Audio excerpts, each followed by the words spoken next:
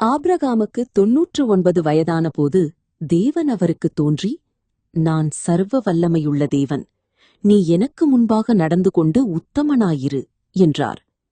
உன்னுடன் நான் உடன்படிக்கை செய்கிறேன்.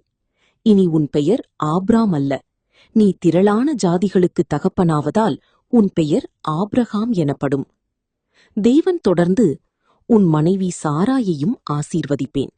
இனி அவள் பெயர் சாராள். அவளுக்கு ஒரு மகனை தருவேன், அவள் ஜாதிகளின் தாயாவாள் என்றார். 100 வயது ஆபிரகாம் வியப்பால் சிரிக்கிறார்.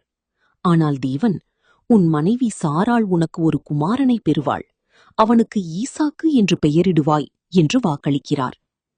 தேவன் இந்த உடன்படிக்கையின் அடையாளமாக விருத்த சேதனத்தை நியமிக்கிறார். இது ஆபிரகாமின் சந்ததிக்கும் தேவனுக்கும் இடையிலான நித்திய அடையாளமானது. அன்றைய தினமே ஆபிரகாம் தேவனுடைய கட்டளைப்படியே செய்தார். விசுவாசத்தின் மூலம் ஒரு புதிய தேசத்தின் வரலாறு அங்கே பிறந்தது.